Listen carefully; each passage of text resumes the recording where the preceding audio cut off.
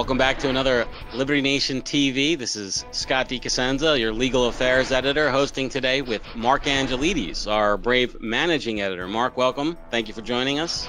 Thanks for having me, Scott. Well, we want to talk about where things are in candidate land and their quest for ruling over Americans. And you do a weekly piece for LibertyNation.com. And we've called it different things. I like the term market report only because I think it gives a good analysis of what goes on there, which is they're trying to market themselves to these primary voters, and you're reporting on where those efforts lie in the marketplace currently. So we're in mid-August now, getting closer and closer to when primaries come and decision time has to be made, and candidates will be dropping like flies because of fundraising concerns and others. What does the playing field look like right now, Mr. Angelides? Well, Scott, it's still pretty wide. We're looking. There's probably going to be a few dropouts before the August 27th cutoff for the third round of primary debates, because there's going to be candidates who aren't getting the range and wealth of donors that they need. That's a big thing for them, especially at the moment. You've got somebody like Bernie Sanders, for example, capitalizing on the campaign he had before in 2016. He's already got the donor lists, so he's just asking the same people who sent him the money when he was in the top two to send him money again. So he's getting a spread of cash from all over the US. Whereas many of the others are really just getting their donations from their home states. I mean, Biden's doing pretty well on the East Coast, from New York down to North Carolina. But people like Harris, that's just in California. Pete Buttigieg, I think it's, I don't know, his mom and a couple of neighbors or something where he's from. It's like this. You're seeing. Don't forget about that. Oh yeah, of course. You're seeing these very, very localized cash donation centers. So coming up to the 27th, I think we're going to see a lot of people either dropping out or taking their foot off the gas and really just maybe banking that cash for something else.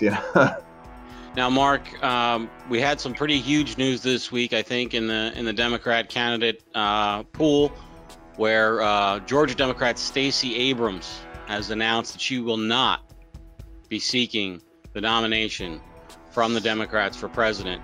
Does that free up, does the Oprah Winfrey money now flow to somebody else, or how does that influence the market? Well, I have some news for you. I also will not be standing for the Democrat Party nomination. Let's call the affiliates. Let's get them on the line. Sure, I will. I don't have a phone handy to pick up. I have another announcement. My dog will also not be standing. That's disappointing. Neither will my postman. My dog will be sad to know. Yeah, I have that same reaction that you seem to be having, which is like, who was waiting for this? It seems like a fake. I was going to say fake news, but it's really, and I've been thinking about how to write about it. Wishful thinking news is, I think, what I'm going to call it, which is that the people who write those stories wish that she was a contender. But of course, yeah. I mean, the news media have been, from nowhere, all of a sudden they're all talking about Stacey Abrams, which was really the point of it. I think she set up some kind of committee, which is to target certain demographics to encourage voting.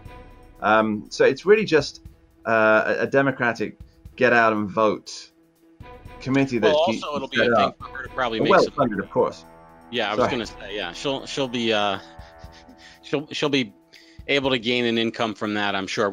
She's had some income and spending issues in her own past, I think. So setting herself up for that, I think, is part of the priority there. I think somebody else will be doing the taxes for her this time. I think that's very important to point out.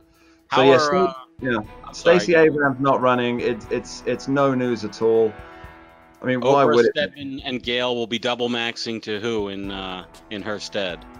Yeah, I think according to my numbers, her votes switched to Mitch McConnell. All right. Well, with that in mind. How are Trump's numbers holding up lately? Well, the fact is they're holding, and now it depends. And I've talked about this with Lisa before. Lisa K. Dunner, our editor-in-chief, and also the host of Truth TV. We've talked about this before, is whether you believe the money bettors or whether you believe the pollsters. And in my experience, it's always the money bettors that you're worth following, because these people have got skin in the game. They're not just answering an online poll for Morning Consult. Or not that I dislike Morning Consult. I actually happen to quite like their polling. Good on you, Morning Consult. But in terms of winning the presidency, let's just say this for sure. I mean, the reason why "put your money where your mouth is a phrase that has stood the test of time is because it means something. If you're willing to bet your own money on an outcome, we can take note that your conviction on that point is at a certain point. So where are the convictions now with Trump? Well, the convictions with Trump, not the legal convictions, I'm sure you understand, but the actual betting money convictions. Trump is still doing very, very well. He's 10 to 11 now. 10 to 11 odds, which it's a pretty good place to be. It's really not bad for him. Elizabeth Warren is being a bit of a dark horse with this from a previous position of where it looked like she was teetering on the verge. So let me just stop you right there, Mark. So for people who don't understand how sort of betting odds work, that means that in order to win $10 on Donald Trump being president of the United States, you have to bet $11. Yes. So it is the opposite of a long shot. He is the very, very, very strong favorite in the race, according to people with money in the game. Yeah. Just wanted to make that point because it can be a little confusing. Go ahead. Sure. And as I was saying, Elizabeth Warren, she's this last week, she's actually improved her chances quite a bit. She's on 9 to 2 now. It's like 4.5 to 1. So bet $1, you'll get 4.5 if she wins. But here's the thing: that's actually the first time that, as far as I can tell, that any of the candidates have beaten 5 to 1 odds, and it's only by half a point. But that's still, in my mind, that's still quite significant. It could mean that as we're getting closer, that the numbers are tightening in, that the front of the field is tightening in. Joe Biden, he's still on 5 to 1, which it seems it's the perennial 5 to 1 for Joe Biden. He's not going up, he's not going down. He's just steady Joe, as they call him. Who then, Mark, is going to get, if we can look at the numbers to guide us, who is going to be at the top of the ticket for the Democrats?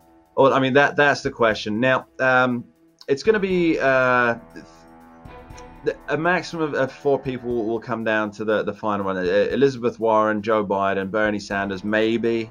He's doing quite well this week, but he has been much of an outlier for the campaign period so far, the first couple of quarters. And Kamala Harris. But what the DNC are going to be asking themselves now in terms of where they put their considerable weight, because we do know that they do tend to influence. We've seen this before in 2016, is who do they want on the ticket? And I got to say, I think based on Joe Biden's polling, he's always ahead in pretty much every poll. He's got to be number 1 on the ticket, followed by either Warren, if she can keep up this, I got to say, it's quite impressive little run she's doing recently, or Kamala Harris, who has taken some political beatings recently. But I figure it'll be one of those two for the VP ticket, unless, of course, Joe decides to give Miss Stacey Abrams a call, which might happen. You never know. I so want that to happen, and so don't want that to happen for many. I know. It's one of those things. It's good for this. It's bad for this. I mean, we know it's bad for America, but it's horrible for the Republic. Yeah. Great for television. Yeah. Really amazing for television. Is it possible to bet? So in American betting, and I think that we talked about the race as a horse race before. In horse race betting, you can bet on win, place, and show, which is to say that you can bet on second place as well, not just who will win. Is that true in betting on American political outcomes in the UK as well? Everything's possible on betting. Everything's possible. They'll just give you the odds based on it. It's not quite as rigid as the gambling markets in the US, in much of the US. You can pretty much bet on whatever you want. Sort of more of like a Lloyd's risk pool based type way. Very much so. Very much so. Like, for example, I believe it's at 100 to 1 now that President Trump will publish the exact dimensions of his hands on Twitter. That's 100 to 1. So if you're up for a long shot, you can go for that. It's I believe it's 50 to 1 that President Trump will paint the White House gold during his first term. 50 to 1. $1 bet, $50 returns. Man does like gold for sure. I think he might The save man that. likes gold. He might save that for a second term. All right. Anything else to wrap up with, Mark? What should we be looking at in the near term, in the week ahead, to see where the interest in is coalescing?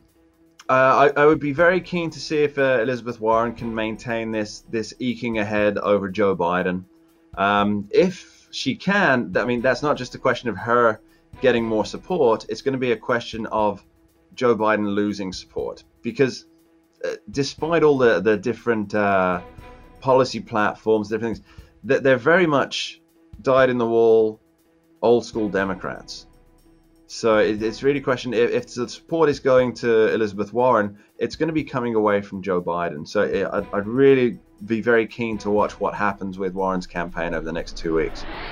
Mark Angelides is managing editor of LibertyNation.com. Thank you so much for joining us, Mark. My pleasure. He's also the host of The Rabbit Hole, Politics and Prose, a podcast of LibertyNation.com, which I enjoy especially. So thank you for that, and I encourage everybody to check it out and to like, comment, and subscribe, and visit LibertyNation.com for all your conservatarian news and analysis 24/7. Thanks so much for joining us. Bye-bye.